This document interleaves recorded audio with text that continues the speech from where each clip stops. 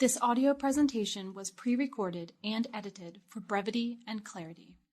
Hello, my name is Diana Campbell, and I'm pleased to be here with you today for today's Macular Degeneration Chat, Surviving Without Driving. This chat is brought to you today by Bright Focus Foundation. Macular degeneration research is one of our programs here at Bright Focus. We fund exceptional scientific research worldwide to defeat Alzheimer's disease, macular degeneration, and glaucoma, and we provide expert information on these heartbreaking diseases. You can find much more information on our website, www.brightfocus.org. Now I'm pleased to introduce today's guest, Katherine Freund, who will discuss how aging impacts our driving skills, explore alternatives to driving, as well as what you can do if there are not currently driving resources in your area. Katherine is the founder and president of Independent Transportation Network of America, ITNAmerica. She chaired the task force to study the safe mobility of Maine's aging population, served on the advisory committee for the 2005 White House Conference on Aging, and as a National Transit Institute Fellow. She served for 12 years on the Transportation Research Board's Committee on the Safe Mobility of Seniors, where she co-chaired the Joint Subcommittee on Transportation Options for Seniors. In 2013, Katherine testified about ITNAmerica and sustainable senior transportation before the U.S. Senate Special Committee on Aging. In her home state of Maine, she is a member of the Senior Driver Safety Coalition. Katherine, thanks so much for joining us today. Well, thank you very much for having me. Very happy to be here. Thank you. I guess we'll start with just a quick, intro as to what ITNAmerica is and the Rides in Sight program in particular and the overall mission. Sure. ITNAmerica is the nation's first and only national nonprofit transportation network.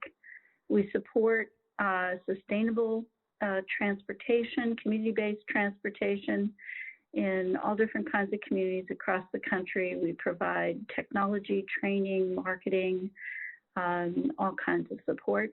And I guess that's it. Did you ask me something else? No, we can get more into Rides in Sight as we go. As the founder, what prompted you to found ITNAmerica and then subsequently the Rides in Sight kind of component of it? I know, something sort of happens in everybody's life that makes them pay attention to a particular unmet need. If someone in your family has cancer, you become interested in supporting nonprofits that help with cancer research or family support. In my case, there was a member of my family who was involved in a traffic accident, a traffic crash, actually. And, when I say that, most people think it was a parent or an older person, but it was actually a child. I'll say right up front, he's okay now. But when he was 3, it's my son, when he was 3, he was actually run over by an older driver, and he had a brain injury. He's fine now, but when something like that happens in anyone's life, they just kind of stop what they're doing and say, how in the world did this happen? And how do we fix it? How do we help people so that these kinds of unfortunate situations don't happen to somebody else? And so I started working on transportation for older adults. I think the difference at that time between how other people were looking at it and the way I looked at it is people were primarily saying, how do we test older drivers? How do we screen them? And, the attitude was kind of, what's wrong with these older drivers and how do we get them off the road? And somehow or other, I just instinctively knew that was not the right approach. First of all, it doesn't solve the transportation problem. Every older driver who stops driving still needs transportation. But most of all, people's bodies change as they age. Our bodies change as we age. And our ability to drive safely changes over time. And that's not anybody's fault. That's life. That's just life. And I really felt that, I was sort of penalizing people or pointing a finger at them or blaming them for the normal changes of aging because those changes made safe driving either difficult or impossible was clearly the wrong approach. And what was broken, in my view, was not the people, but the transportation system. And so I began thinking about how do we create a transportation system that meets the needs of normally aging people. That was the approach that I took. And well, let's see, I got the idea in 1989. It is 2023. I've been working on it for a really long time. No, that's wonderful. And I love that you took, a step back and took such a caring approach, to an issue that realistically we're all going to face, whether it's sooner or later. And that really, impresses me. And I think that's great. I recently read a report from the AAA Foundation for Traffic Safety that nearly 83% of older drivers report never speaking to a family member or physician about their safe driving ability. What does your experience tell us? Well, what happens when people, vision changes, reaction times change, cognitive abilities slow down, but happens very gradually over time. And so people don't really realize how much they've changed. And that's normal. It's hard to realize it. But over time, aging, I've heard people say that aging is like a child growing. If you look at them every day, you don't see it, but that you look back after a year and it's, oh my goodness, they're taller and they've got different teeth and, all the things that happen, the changes in your body when you age speed up just like they're faster when you're little. And it does make a difference in people's ability to drive safely. The changes in your body that affect your safe driving, believe it or not, begin at about the age of 35. And that's usually a big shock to people, but that's when it starts to happen. But it doesn't affect safety at that age because you still have tremendous number of skills. Driving it's usually the most complex task that most people do. It's a complex task. Your hands and your feet have to work in coordination, and your mind and your eyes and your ears, everything has to be working properly for you to be at the top of your game when you're driving. And as that changes, you can compensate with, your other skills and abilities. But what happens is that about the age of 75, and I'm only 2 years away from that now, and I can already see changes in my body and my driving. What happens is at about the age of 75, that the changes of age speed up and overtake the compensation that you can make as a skilled driver, and the crashes begin to go up. The other thing that happens is people start to drive fewer miles. But then that means that, and this is kind of counterintuitive because people are trying really hard to be safe. Maybe they stop driving at night. Maybe they stop driving in the snow or the rain. Maybe they stop driving in, busy times of day or busy locations, busy intersections. They avoid construction zones. The compensations go on and on and on. But what happens is that even with all of those compensations, this is why it's counterintuitive, they still have, people over 75 still have the highest fatal crash risk of any group except for the brand new teenage drivers. They're more dangerous for different reasons. But older people, as they get older, become riskier and riskier and riskier, and younger people, as they get older, move into the years when they're safer and safer and safer. So it's a long process. I haven't seen any research, and I actually think it still needs to be done, about how long that transition period takes. But after 30 years or so in the trenches here, my sense of it is that it's about a 10-year transition, that, final point where you need to really move from the driver's seat into the passenger seat. So it's important to understand that it's happening and to think about it and to try to make a plan so that you can stay mobile, stay independent, do the things you want to do, even if you need to limit or stop driving, which almost everybody does. Absolutely. I'd like to go more into that in just a moment, but we have a quick question from somebody listening. Are there particular symptoms that one should watch out for to know, or certain cues that they might kind of notice that it may be time to really rethink their driving plans? Well, that's a great question. Yes, there are. And the different kinds of behaviors have to do with different skills and abilities, but people who get lost when they're driving, that's a huge symptom of some sort of cognitive problem. Routes that used to be familiar, all of a sudden you can't find your house, or you can't remember where the grocery store is. That's a very, very important symptom. People may not necessarily speak about it, but if you speak with them and ask them, they may tell you. Another symptom is just driving at the wrong speed. Older people tend to drive slower. I think most people have noticed this. I know certainly my children accuse me of driving too slowly, but then again, I accuse them of, or I point out to them, shall we say, that they drive very fast.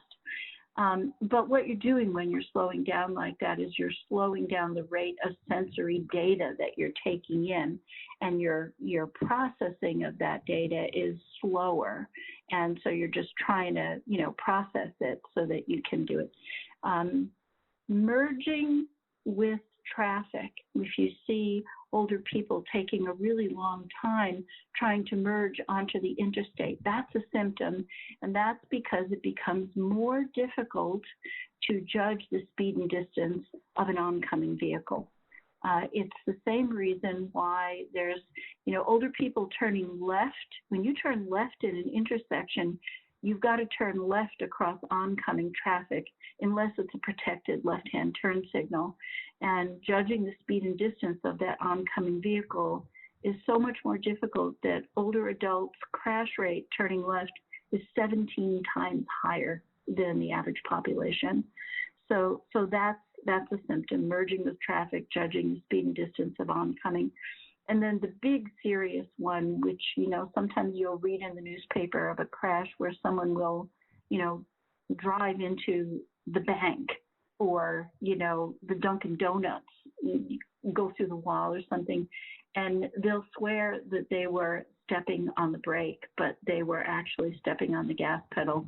That's actually got a name. That's a gas pedal accident. And that's usually people stop driving after that, but you really don't want to wait till that happens. That happens because of mental confusion, and it also happens because of neuropathy, which is they lose the feeling in their feet and they can't tell which pedal they're on. Those are the symptoms that really come to mind for me mostly. And I mean, that's all I can think of right now. But that was a great question. I agree, and that was those are really helpful answers. Thank you. So kind of looping back to where we left off before that question, you mentioned a 10-year transition, between driver's seat and passenger seat. What is the right time to consider alternatives to driving?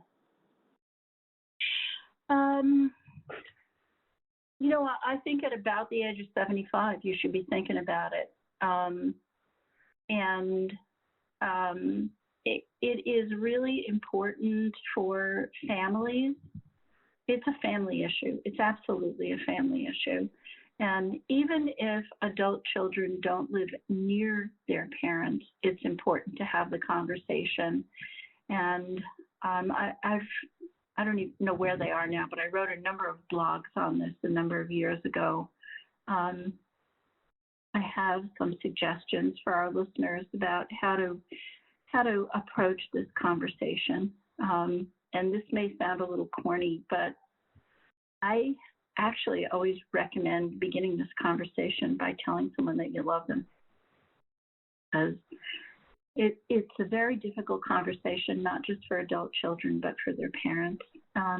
The study that Liberty Mutual Insurance Company did a number of years ago said that actually parents were willing to have the conversation, but it was the adult children who were really, really frightened of having that conversation. So I think the best way to approach this is to, well, I'll tell you how I approached it with my mother and my stepfather, and it worked pretty well.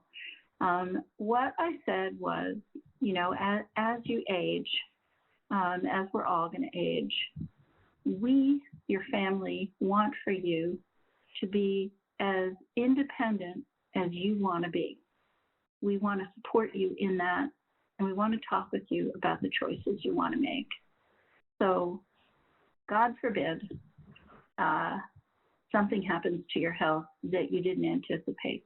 For example, God forbid you have a stroke and you can't drive, or even if it's not something as unpredictable as a stroke, what if you have to have your hip replaced? And how are you going to get around? How do you want to get around when you can't drive? And let's have a plan for that. What public transportation is available? What paratransit is available? Is there an application process? Would you like to take a taxi? And is there a taxi company you can call so that when the time comes, you know what the number is? Is there a volunteer transportation service around? And you know, we do have, and we can talk about it later, we do have a toll-free hotline people can call to find out what's available in their community. But, and we have a searchable online database. But the thing is that you can take the fear out of it by thinking of it in advance. And it's hard to do because you don't really want that to happen. Everybody wants to drive forever. And I understand that, but there's a lot of things we want to be able to do forever.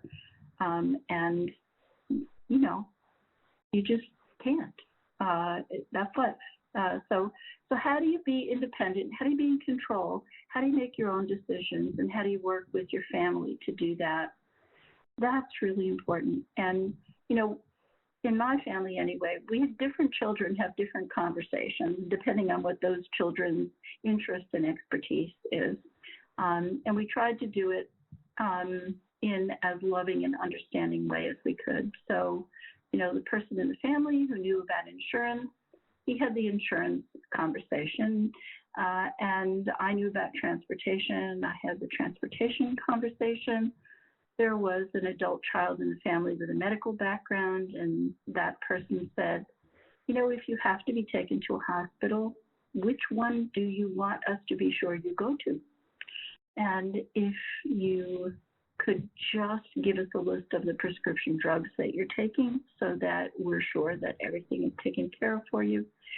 Basically, just to help people be independent and get the information you need to help them do that. And, you know, every family's different, so what happened in my family may not be what happens in another family, and I'm aware of that. But my parents at first said, we're not having this conversation. And then they said, okay, we get it. All right, what do you want to do? You just have to be patient. And I think the most important thing is if you're talking to people about what they can't do and you're talking to people about what they give up, it's almost as though, you know, when your heart starts pounding and you can't hear anything anymore, that's what happens, I think. And what you really want is to have a conversation where people, however difficult it is, will be willing to talk with you and you can be helpful to them. So I hope I didn't just talk for too long. But anyway, that's what. No, not at all. I think, you know, what a compassionate way to approach the topic. You know, so many times you hear, you know, I don't know if this is on social media or online articles, you know, but how do you know when it's time to take the keys away? And that just feels so much more aggressive and, you know, like a confrontation. And, you know, the conversation you're describing, you know, is so caring and really a partnership, you know, gathering the needs of your loved one, but also, expressing support. So, that completely transforms that conversation into a different kind of thing. Before we get into how Rides in Sight works and, all the great information you have about that, I just wanted to ask quickly if you could talk about the concept of co-piloting and, how many people kind of tend to trend towards doing that and the dangers that might present. It's just very, very, very, very dangerous, and lots of people do it. There'll be someone with good vision who can drive, but who has dementia. This is classic. And there'll be someone with bad vision and no dementia telling the person who is driving what to do, or vice versa, and it's just extremely dangerous. And I hope, I don't want to share with you the horror stories of people getting killed, but they do.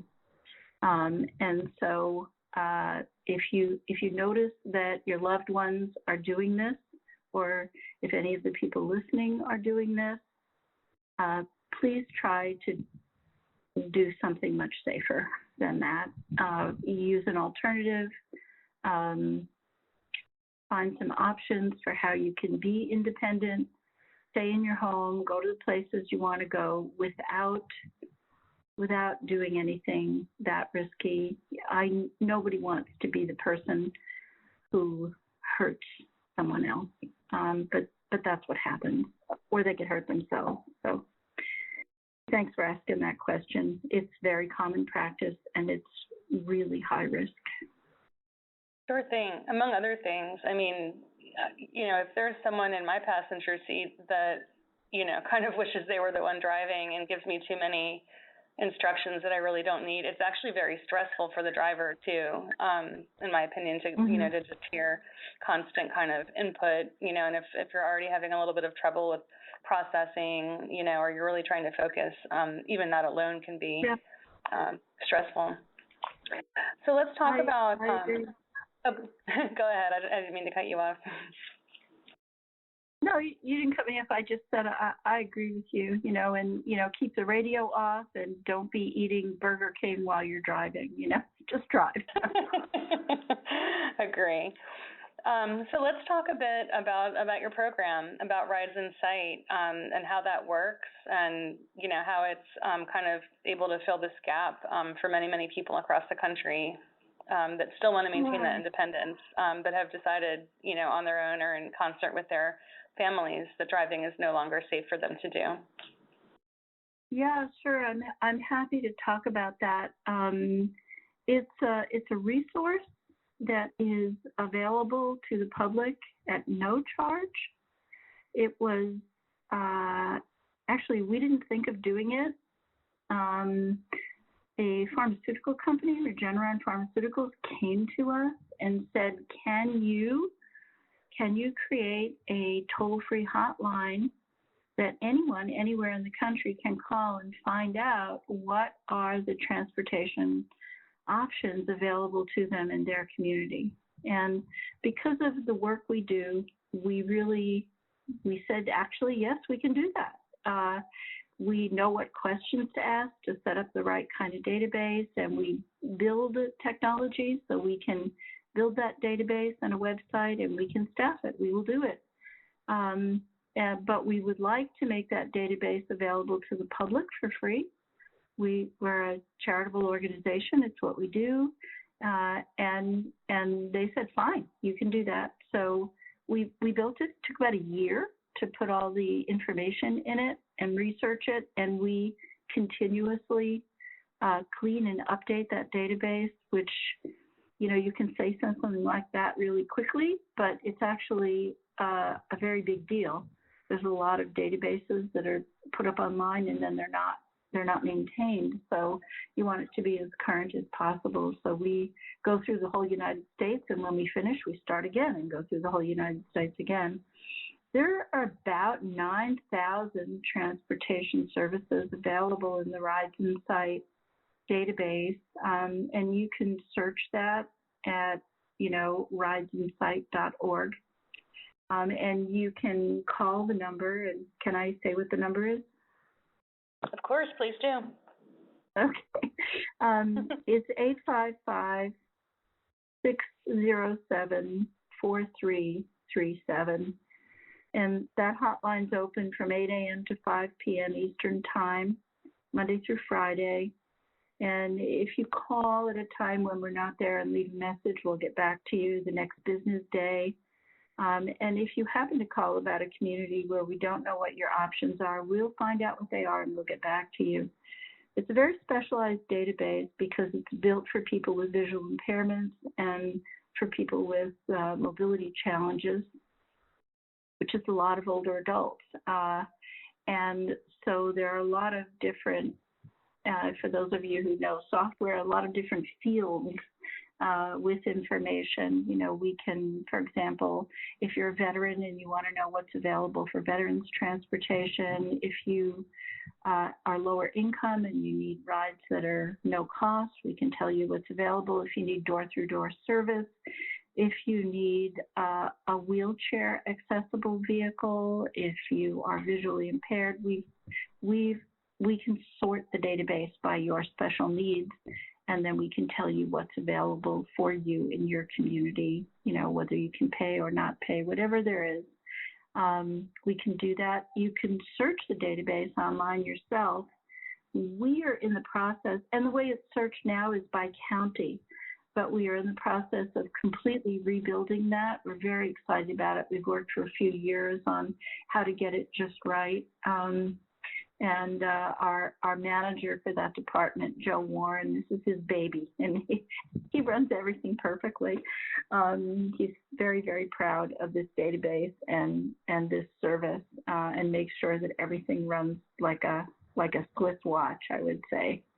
So we are rebuilding it, and when it is rebuilt, I'm very happy to say that we're going to follow all the new web content accessibility guidelines. So it's readable by JAWS, and it's for people who are colorblind. It's built so that people who are colorblind can see everything. You can change the size of the font if you want it to be bigger font. So it's very, very accessible. And that should be done, that rebuild should be done in 4 months. For people who can't search it now themselves, they can call that hotline. Again, it's 855-607-4337. And it is our mission and our pleasure to serve people and help them with their transportation. That's just so wonderful. And I think it's, you know, especially important for, you know, this audience of folks impacted by macular degeneration to have that phone number rather than just, you know, the website. You know, I know those of us who are younger, you know, I say, well, it's so great for older people now because there's Uber and Lyft. There's a million different things they can do. And, you know, so many people have said how difficult that can be, you know, even just looking at the app or trying to verify the license plate or the picture of the driver, you know, and it ends up causing a little bit more, you know, stress and concern for safety. You know, for those of us that are younger, it seems so easy, but, you know, there's plenty of people who don't have smartphones as well. So that, you know, that hotline is so important. I wanted to just kind of have you touch a little bit more on the door-to-door. I thought that was such a wonderful service that, you know, typically isn't provided by taxis or rideshare. How does that work, or what does that look like for someone who might need a little bit more assistance getting in and out of the car and to their door, you know, perhaps with packages or, you know, with a walker or, Sure. you know, a cane or something like that? Yeah, thanks for bringing that up. That is a very big issue for people. Sometimes they have a walker to fold or a cane or one of those rolling walkers, or sometimes they have a service animal with them. Nonprofit volunteer transportation has a different orientation, I would say, attitude, mission about what they do. The rideshare services that are available in the higher density areas of cities, you know, and first of all, I just want to say that Uber and Lyft do 70% of their rides in 9 cities. And so in suburban and rural America, where 3 out of 4 older adults live, there's very spotty Uber and Lyft service, if there's any, and there's often spotty public transit service. So the nonprofit volunteer services are especially needed and desirable.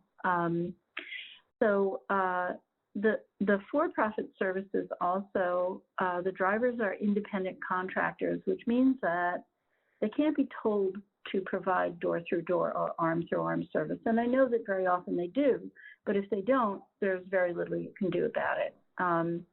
The nonprofit services pride themselves generally on doing that. I know all the ITN services, that's our national network, definitely provide door-through-door and arm-through-arm services, carry packages, fold walkers, offer an arm, and we train the drivers on how to offer assistance to someone with visual impairment so that they can take your arm and you can guide them. And that's part of the ride, right? That's not extra, that's part of the ride. If people didn't need that kind of help, they'd probably be driving, right? So we definitely do it. And we know it's helpful to people, and helpful is what we want to be. That's wonderful. And I know after we spoke the other day, my parents are in that demographic, 75 plus. And your staff was very helpful in sending me options in our area. And there were quite a few. And I do live, between 2 large metropolitan cities, but I was really impressed to see the variety of services that were available that, even having lived here for a long time, I wasn't familiar with. And we'll pursue that, in our family. Great, good for you. Yeah, thank you. I guess, the question remains, and this will kind of be the question we close out on, in particular rural areas, let's say, or, less populated areas in the country, if there are no options available, I know you've mentioned assistance in setting up, affiliates in different areas. What does that look like? And how might one who's inspired to kind of, be active in, and looking to help themselves and others with setting up a service, what would that look like? Well, that's one of the major things that we do. Rides in Sight is one of 4 different programs that we have here. There's another program called ITN Country, and we have a tremendous amount of support and materials for communities that don't have transportation options or don't have volunteer transportation options. And we can help people we can help people set up a service, a brand new service in a community where it doesn't exist. It's like a transportation network using community resources, local community resources, volunteers. It might be a service started through a local town. It might be started through a senior center or an agency on aging. It might be started through a county government. Any nonprofit organization or any government agency can start one of these services, and they're extremely affordable. There's a tremendous amount of materials, but that's kind of the heart of what we're doing now. So let me share one more phone number and one more website. So if you live in a community that you feel doesn't have the kind of transportation options you want, you can check that out by calling Rides in Sight. If there isn't enough in your community, or you don't like what's available in your community and you'd like the kind of door-through-door, arm-through-arm service, call this number, 207-857-9001. That's the ITNAmerica general number. Leave a message if someone doesn't answer, and we will get right back to you. I'll give you the number again, 207-857-9001, or you can go to the ITN Country website, and that's itncountry.org, and there's a form there, and that website is accessible. Fill out that form with your contact information, and we will be very happy to get back to you and help you get something set up. Thank you so much. And actually, we just had someone ask to spell out the Rides in Sight. I realized there could be different ways to spell sight. So it's RIDESINSIGHT, like your vision, sight.org. And again, this will be on the transcript when it becomes available. So this is wonderful information, and what a beautiful mission you have, Katherine. I think this has been really, really helpful. I'm sure we'll be getting lots of questions, and hopefully you'll be getting lots of calls. I think, this is a topic that whether people mention it or not, and oftentimes, in our programming that we do here, it is a discussion topic. But certainly it's something that in some way, shape, or form, it's on everyone's minds. So thank you so much for being with us. Well, thank you for inviting us. It's our pleasure, and I wish everybody on the call the very best, and please reach out to us if you need some help, and we will do our best. Thank you. So for the audience, I sincerely hope you found today's chat helpful. Katherine, before we conclude for today, are there final remarks you'd like to share with us? No, I think you've asked me a lot of questions, and I think we kind of covered it. I guess thank you for the opportunity, and would really encourage people to reach out to us with any questions at all about their transportation, whether what exists in the community now, or if they would like to talk with someone about getting started in their community. We're here to help. So thanks, Diane. That's very much appreciated. Yeah, of course. And I'm sure we'll get the opportunity to make some connections, to you from, people in our listeners in other formats. At any rate, thank you so much. And this concludes the Bright Focus Macular Chat. Have a wonderful day. The information provided in this recording is a public service of Bright Focus Foundation and is not intended to constitute medical advice. Please consult your physician for personalized medical, dietary, and/or exercise advice. Any medications or supplements should only be taken under medical supervision. Bright Focus Foundation does not endorse any medical products or therapies.